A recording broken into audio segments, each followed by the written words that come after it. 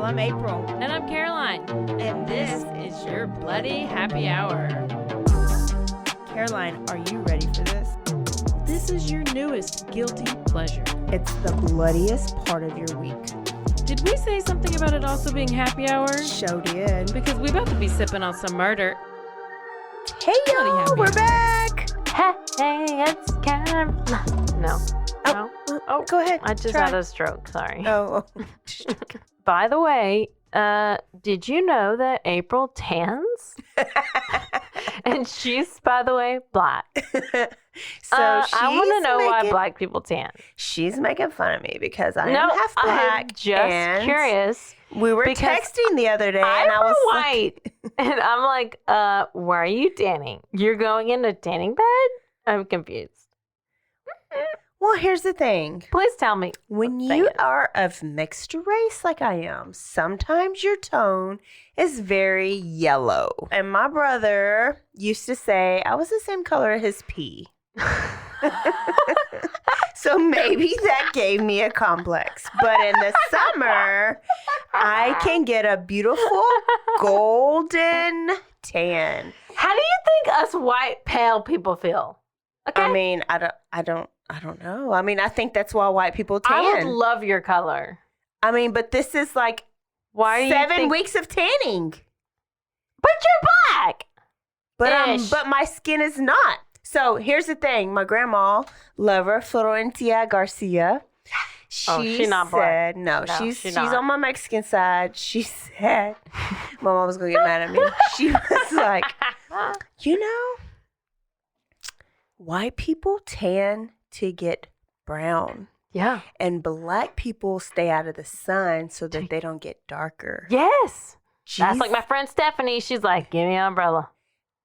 God should have made everybody brown. Basically. And I was like, well, that is true. People tan or use skin or tanner, self-tanner or spray tan or We're something. always trying to be tanner. Everybody should have been gold. Yeah, gold. Which is really, I think, is where we're going because there's a lot of miscegenation going on. Excuse me, wait. I don't understand. A lot of mixed. It's a lot of me going on. I don't know what that word is. Miscegenation? I mean, we were working on Did you just make that up? No, it's a real word. Look it up. Well, I would, but it will take me about 30 minutes. So, anyways, golden is always what I try to achieve so that I'm not pale. I mean... Or yellow. It's not pale. It is pale, but it's like yellow. And it's... When my brother said I'm the color of pee, I was like, I'm tanning. Well, that's about right. So, y'all, I got a quickie for you. Yes. The best. We love the quickies. Sure. We love the quickies. Only some days. I like them every day. Oh, sorry. I like them every day. I'm not married, so. I've been married too long. I need a quickie, and that is it. Yeah. That is it. So, Caroline brought you a good episode last week, and that was your long one. So you got a little foreplay, got a good story. Always. Then you got a happy ending. Oh. Or not really. It wasn't a great happy ending. Yeah, no. But now I'm going to bring you to the Family Annihilator. And let me tell you, April loves some Family Annihilators. Who doesn't? Have been obsessed with Family Annihilators. Yeah, you've actually predicted some, which haven't happened yet. Listen, I secretly have a list of people that I know. She has a theory. That I think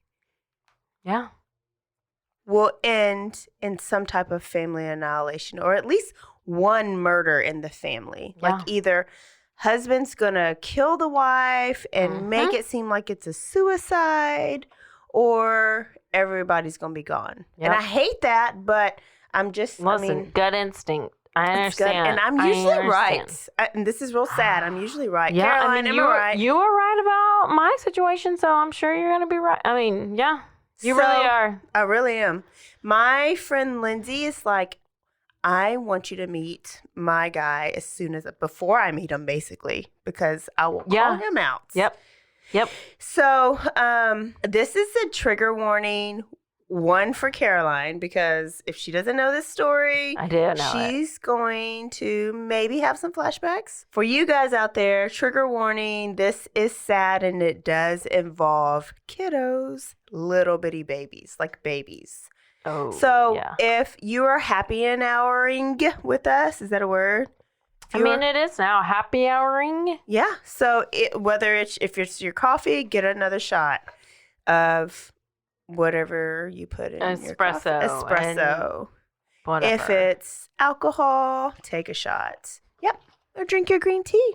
It's happy hour. Oh, we are an equal opportunity happy hour podcast, right? Yeah. You don't have to be drunks like us. Is that enough? Yeah. No, that's good. Yeah, and it's happy hour, so it's what you do at happy hour. Yeah. And it's Thirsty Thursday, so y'all just happen to know us during this Thirsty Thursday time. It's literally our, drink. And, just because I drink wine every other night doesn't mean anything. It does not mean anything. Look, I'm putting water in it. I know. So I'm hydrating. Yeah. But I don't hydrate my liver like you do, so. Listen, Longo family murders. Here we go, baby. Okay. Christian Longo.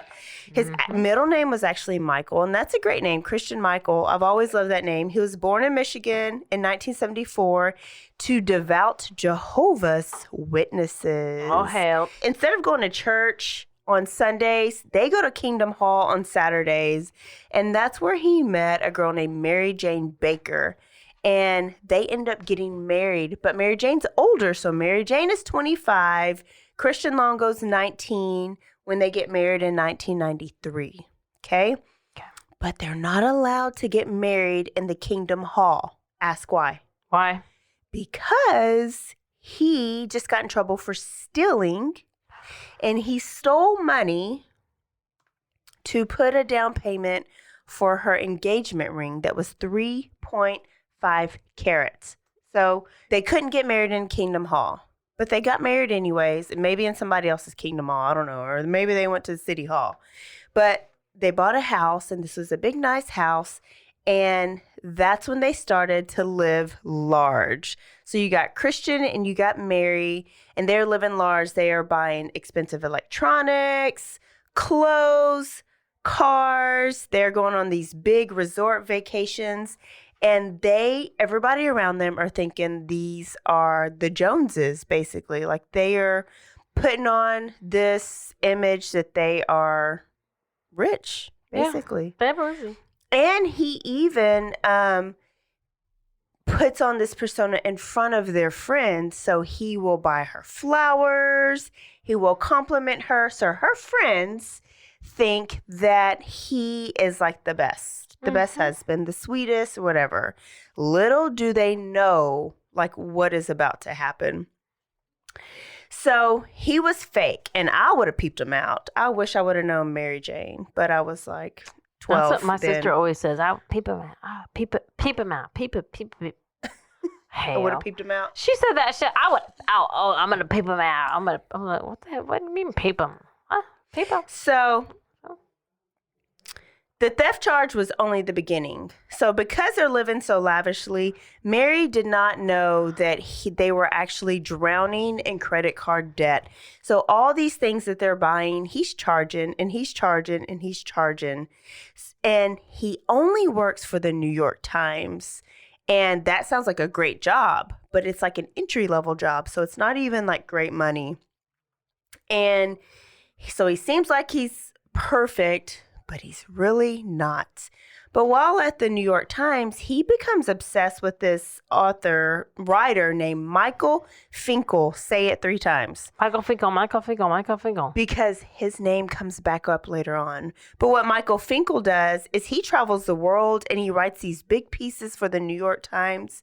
And Christian Longo is just kind of obsessed with and admires his life. Oh. He just thinks he's living the life, traveling the world, writing these pieces.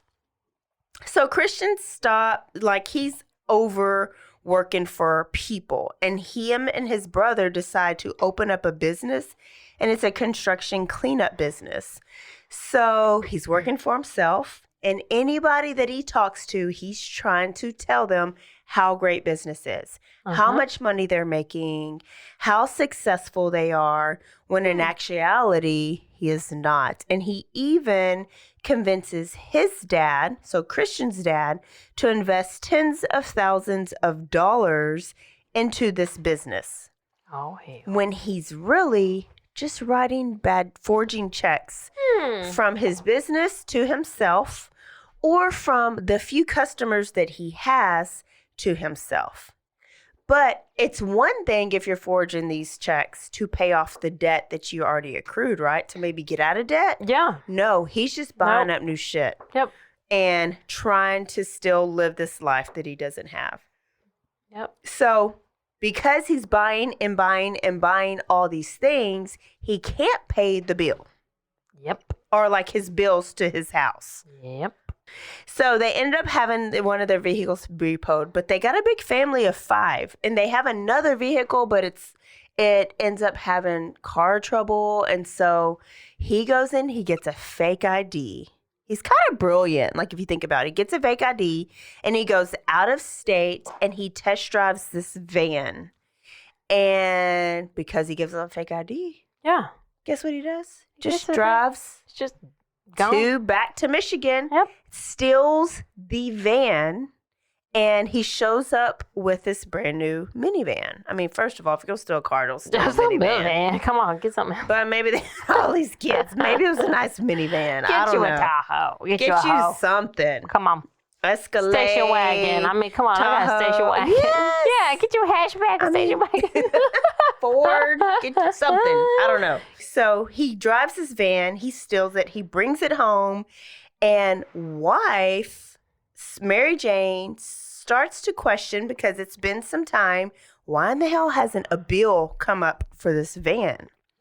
So guess what Christian does? He prints up these fake bills, has them sent to his house, and then he grabs them like he's just going to take them and pay for him. So I have to believe that Mary submitted and let Christian, who's probably supposed to be the breadwinner and take care of all the finances in the house, which happens in a lot of households, right? Yeah. So she doesn't know, or she doesn't want to know. I don't know which one yet. So either she doesn't know, she doesn't want to know, or she don't want to acknowledge. This can't be right. Yeah. Like she's in denial. Yeah. My mind is, yeah. So by September 2000, they're driving and he gets pulled over and it's a stolen van. And he has a bunch of bad checks out, $30,000 worth, actually. Oh. And he gets arrested. But do you think he gets jail time? I'm going to say no. Nope, not at all. And in Michigan, check fraud is a big deal. Like, he could have gotten a lot of time, but because he is Christian Longo and he is good looking and he is a smooth talker, he talks the judge and tells the judge that he is a family man. He's got 3 kids and he was in over his head, like he was just trying to support his family. So he gets 3 years probation. Sounds like Ted Bundy situation. And because all this is, they get excommunicated again from another Kingdom Hall. Oh so, my. I mean, I just love how this religion, they just cut you, like you're kicked out if you make a mistake. I mean, I'm pretty sure that's what Jesus would do. Hey, go to a Christian church. That is not how we will do you. So they're excommunicated. And when you're excommunicated from a Kingdom Hall, the people who still belong to that Kingdom Hall are not allowed to play with you. So that means her family really wasn't supposed to like play with her anymore, or them. But they do because, you know, that's their family. So then after that, Mary Jane sees an email on his laptop and sees that Christian is cheating on her. And like a good narcissist, he turns that back on her and says, well, just you know, a little gaslighting. I mean, it's fine. You know, you were no fun anymore because you had all these kids. Oh, so because he it's had your to fault. find the fun I put the elsewhere. sperm in you. It's your fault. Yeah. I put the sperm in you. Okay, bye. And so, but Mary Jane is like, I'm not going to break up my family. I want to keep my baby daddy with my babies. And so she begins trying to turn over a new leaf as a wife. And she starts spoiling his ass. She runs his bath water. She gives him massages. She's probably giving him some good BJs. Yeah. And she tries to teach him treat him like a king because she's determined to save her marriage. But had she left him, she may still be alive. Quote unquote. I'm not telling everybody to leave their marriage. But so he has 3 years probation, right? While he's on probation, he gets a new credit card because his credit shot $30,000 of check fraud, right? But this time, this credit card is in his daddy's name, but his daddy don't know. So within some weeks, Caroline, he doesn't run up $25,000 or 30 or 40 or 50. He runs it up $100,000 in debt in a couple of weeks. He bought some boats. He bought some jet skis. He got his wife laser eye surgery and all these toys. Okay. All right. Well, maybe. I mean, I'll be fine with that if you buy me all these things. Yeah. I mean, can I keep them though? Like, I don't know. You can keep your eye surgery. You can't repo that. But in this time that he's buying all this stuff, he actually skips parole too. So then he knows he's going to have to leave town. So he packs up Mary Jane and his kids, and they leave, and they're in Toledo, Ohio, where they're living in a warehouse. It's pretty crappy, but he's promising that he's going to flip it and redo it and make this amazing place to live. Way to go, guy. Stand up. But instead, he writes more bad checks. Shocking. And he starts fencing items. What is fencing, you ask? Yeah, I do ask. He buys stolen shit. Oh, good job, bro. Sells it Way to go, bruh. for a lot more money. Yes, that's smart, bruh. So, that's how he's making his money. No job. He's not employed. Police find out because, remember, he has a warrant out for his arrest.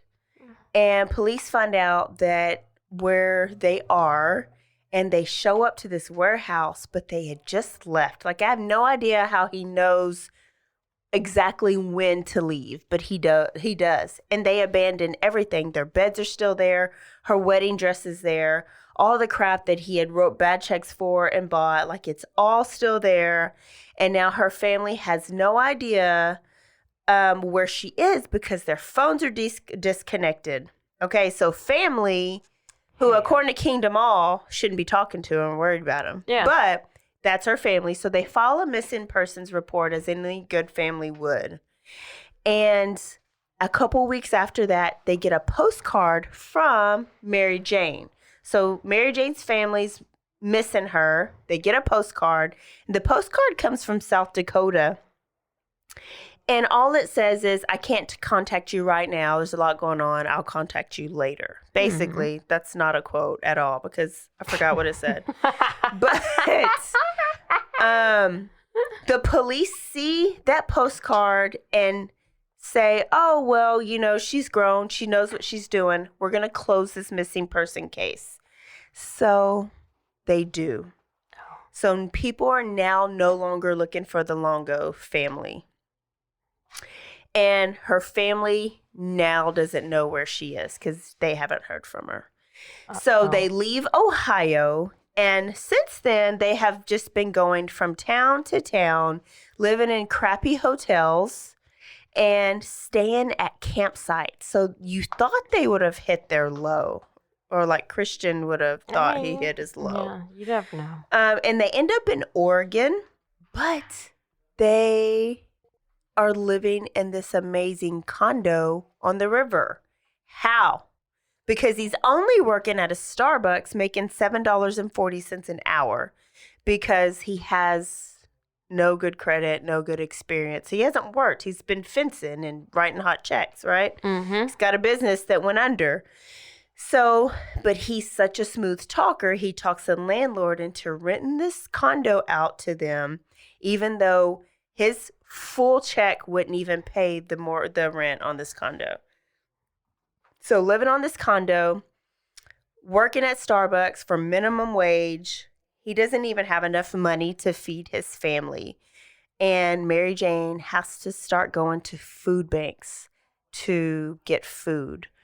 And this Christian doesn't like this because remember, Christian wants to look like he is the richest and the best and everything's going on with him, right? Like everything good is going on. So he's even telling the people that he works Starbucks with that he doesn't even need to work there, that he only works there because he likes the coffee. Oh, yeah. That's nice. So, yeah, I just got this job because I like to drink their coffee, not because my family's starving. So, there's that. And on the evening of December 16th, he knows that they're about to get evicted because he hasn't had the money to pay for rent. And he decided that this is going to be the end. On December 17th, the kids are marked absent from their daycare, and Mary Jane doesn't show up to her job. On December 19th, this is 2001, there's a fisherman fishing off this bridge, and he sees something floating in the water. Oh, wow. He calls the police, and when the divers retrieve it, it's the body of a 4-year-old boy. There was no trauma to the little body. So the police thought that maybe he wandered off. Like maybe he got away from his parents, wandered off, fell off the bridge, and drowned. So they were like, there has to be a missing persons report out or something on this kid. Well, they investigate, and there's no missing persons report. So then they begin to knock on the door, and they post flyers of pictures of this little boy. And one person recognizes him. And this lady, her last name is Thompson. She actually worked at Starbucks with Christian. And she recognizes the boy as Zachary Longo because she befriended Christian, and she actually babysat for them on occasions. Can you imagine being a babysitter for this family that you think is this great all-American family? I can. And then you see their face on the news. Yikes. So she identifies the body, and she's in the police department, and she's telling the police about Christian Longo and his family. And the police decide to go do a welfare check. And they're arriving at this nice-ass condo on the water, and they begin to wonder, how in the hell can Christian afford this condo on $7.40 an hour? The house was undisturbed, nothing was missing, and there was no clue of where they might be.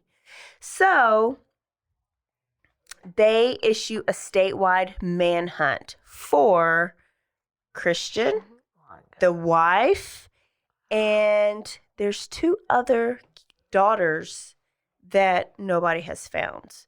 And then in the meantime, they sent divers back to where Zachary was found. Just in case. These are good investigators. Like, Oregon police is doing what they should do. So in the water, brace yourself, they find 3-year-old Sadie. She had a pillowcase full of rocks tied to her ankles to weigh her down. And a little bit further down from her body was a second pillowcase of rocks that was probably used to tie down Zachary's body. So Zachary had to have his legs like got untied, and he was able to float. It's terrible. But there was still no sign of Christian or Mary Jane. And I remember reading that had Zachary's body not come untied, they would not have found them for years, probably 10 to 15 years, because of how the tide flows in that area. Oh, my. So this guy was smart. I think he really knew what he was doing. Okay, so there's 2 of the kids right there. There's still 1 kid left, and then where's wife? So, I mean, this hits the news station, and so tips start coming in. And one man reports that he saw a man in a van near the bridge, and the description matches Christian Longo. So he just happened to be driving, and he pulls over because he thought Christian needed help. And he describes the van. It's Christian's van, the Longo family van, and he describes the man, and he describes Christian. Well, on December 27th, divers decide to go back into the water, but they're going now at near where their condo is. So they're in the water, and they find 2 suitcases. Oh. One that had human hair coming out of it, and it contained 34-year-old Mary Jane. She had bruising around her neck, resembling hands from strangulation. And the second suitcase was 2-year-old Madison, along with some clothes and a set of dumbbells to weigh her down. Oh, no. So 2 years old. So he knew that had he just put her, that the suitcase would have floated. Wow. So he put a set of dumbbells to weigh her down. And then Christian Longo was gone in the wind. And by the next day, he was wanted for murder and on the FBI's 10 most wanted list. Do you remember watching that show? Like there was America's Most Wanted. Then there was FBI's 10 most wanted. So he was on there. Wow. People were looking for him. And they start getting these tips, right? And they figure out that what happens is he takes credit card receipts. He steals credit card receipt from when he's working at Starbucks, and he buys these airplane tickets, and they figure out that he's going to Cancun, Mexico. So that is crappy because now they have to work with Cancun, another country with Mexico, to try to get Christian Longo into custody. Yeah. And when they get these calls and they get these tips in, people are not calling and saying Christian this, Christian that. They're saying he's going by the name Mike.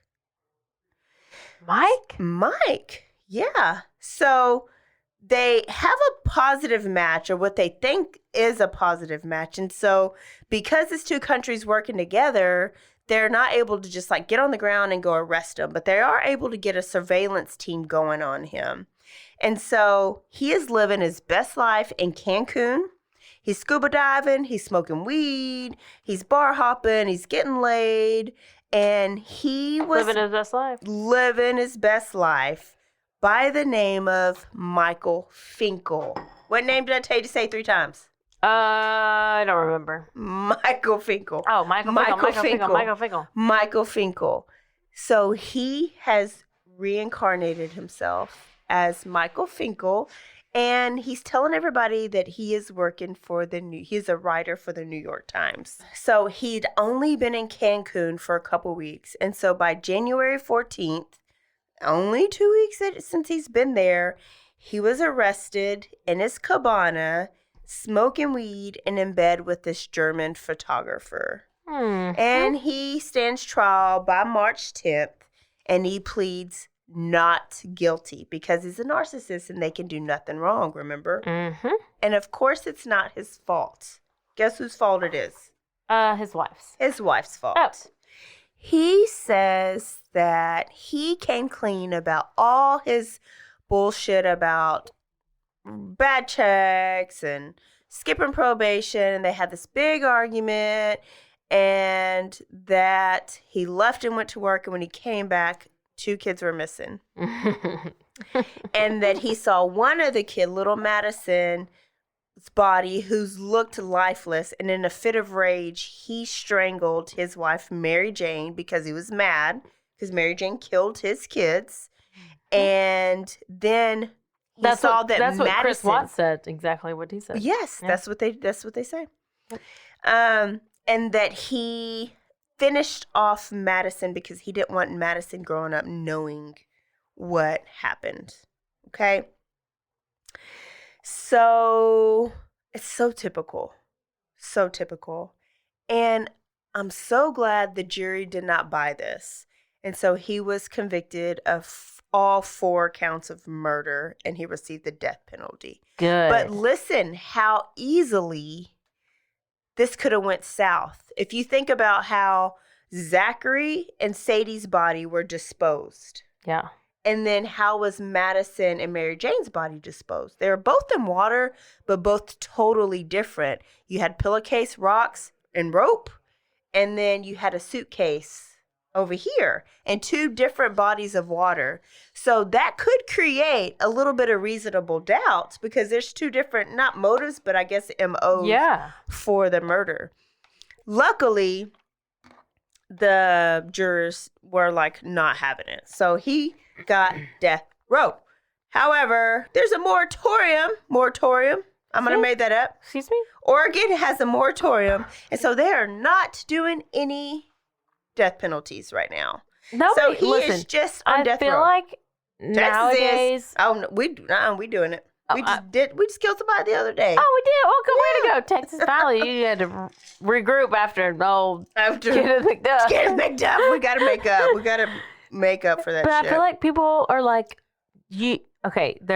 people say you don't need to have a hand in playing God and and like killing people, so they don't believe in death row. But I'm like, bitch, if you kill somebody, then you need to be killed. I literally go back and forth. I know. But like in my whole life, I've gone back and forth because I feel like Ted Bundy. I think Jeffrey you just need to like Dahmer. suffer real bad in jail. Like you need to get raped. You need to get like beaten real Or bad. just let the Lord take care of it, I feel like. Well, too. yeah. But I feel like but we what if could they learn. Get out? What if they like. But I do feel like we can learn a whole lot from these people. And like Ted Bundy helped get the Green River Killer. Ed Kemper has helped us figure out how to profile serial killers. He's so smart. Like they could You think we should go help talk to us. Ed I Kemper? would love to go. I think we'd be the last ones. Yeah. So can you send him a picture? Just send him a dirty pic. Oh, I could be a college goer. I mean, Sure. all the high school kids think I'm still in college. There you go. Write Kemper a letter. It's because I wear the same clothes they do, but that's fine. I don't know how to dress business professional. You'll learn one day. I don't Maybe want not. to. I still don't know either. And I want to. He's on death row, but he's probably not going to get killed anytime soon. In the meantime, Michael Finkel. Let me tell you how this saved his life. So Michael Finkel had just went to his apartment to hide in his hole because he basically just plagiarized a big article and they found out about it, about child slavery. And so his career is over. I don't know if he plagiarized. He just made some shit up. He put a whole bunch of stories together to make one story, and he was fired from the New York Times. So he was going back to his apartment because he knew his career was over. And he got a phone call from a reporter, and the reporter says he thought he was going to be asked about that article. Yeah. That bullshit article that he bullshitted, but they asked him about a murder. And he had no idea what he's talking about. What? So when he Googled his own name, nothing about this bogus article came up. It was all about Christian Longo pretending to be him and annihilating his family. So Finkel becomes obsessed with this story, and he starts visiting Christian in jail. And they almost befriend each other because, remember, Christian is obsessed with him, and he kind of saved Michael Finkel's life. So he wants to know more. So he's going to visit him. He's questioning him.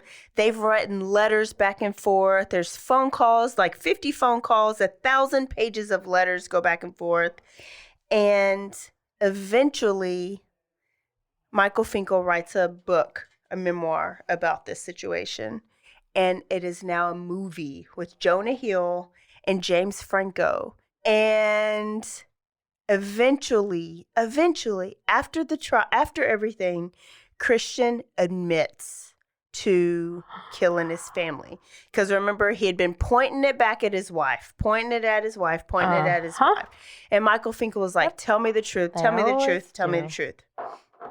So here is Christian's story. He was stressed with having to take care of such a big family, and it was too much, and he couldn't do it, and he needed to send them to a better place.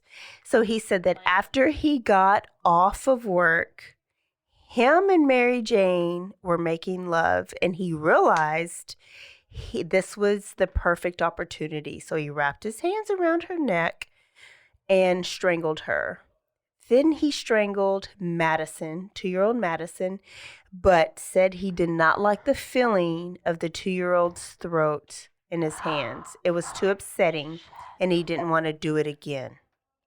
So strangled them too, and then he packed their bodies into suitcases and threw them into the water while he figured out what to do with the other children, okay? He told Finkel that he took Zachary and Madison into his minivan while they were asleep, like Christian Watts, and buckled them into their car seats. Why? You're about to kill them. He brought along pillowcases and stopped along the drive to fill them up with the very large rocks. Once he got to the middle of the bridge, he pulled over and quietly opened the door to not wake them. Yeah. And one by one, he unbuckled them from their car seat, tied the pillowcase around their ankle, lifted them gingerly out, and dropped them into the water. Afterwards, he went to a company Christmas party. Oh, my gosh. Where he gave a coworker a bottle of perfume that was Mary Jane's. He later rented a movie, worked a shift at Starbucks, and played some volleyball. And he only left because Zachary's body floated up to the top and was discovered. I can't. He said his reasoning for killing his family was so they wouldn't witness his failure to provide for them. That's so nice. So Mary Jane wouldn't discover that he had been deceiving her for years and that she's married to a loser, a liar, and a thief. I just don't understand. So there's different categories of family annihilators according to this article, and he falls under the civil reputable family annihilator. And so basically, they're nonviolent. There is no signs that this would happen. No violent signs. Yes. Yeah. And then they come to their breaking point and they just peacefully do it. And then they get rid of the body. And usually it's when they are about to be discovered for the frauds that they are. The other type is like a livid, coercive family annihilator. And so they would kill to maintain control or like for revenge. So that wasn't him at all. He was like trying to save face, basically. Mm-hmm. And they say still in jail right now, even after his conviction, he's still pretending to be this successful stock trader to impress other inmates. What Christian's doing in jail right now, he has said that he's still alive? Yeah, he's still alive. He agrees that he is a narcissist because there was this whole psychological done on him. He agrees with all that. And right now, he had started a foundation called GAVE. Oh, hell. Which stands for... GAVE? GAVE, G-A-V-E. Oh. Gifts of anatomical value from everyone. So this means he's trying to argue that people on death row should be able to donate their organs to people who need it. We don't want your organs. And I guess that right now you can't do that. So I want to know from you guys, would you want an organ from somebody on death row? Like, what would That's a you? Good question. I mean, would you want Jeffrey Dahmer's liver? Probably not. So there's my quickie. Hope you loved it. Christian Longo. I thought about this for a while after I heard it. So there's the Longo family murders. Dun, dun, dun. We will see y'all next week with a whole new story.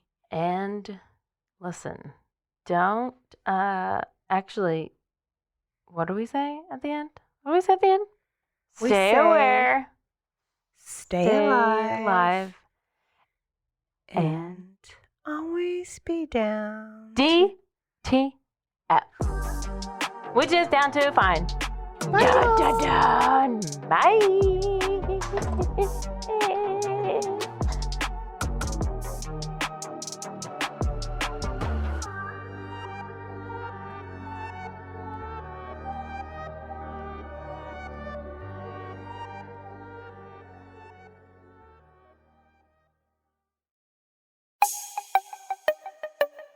This has been a Rogue Media podcast.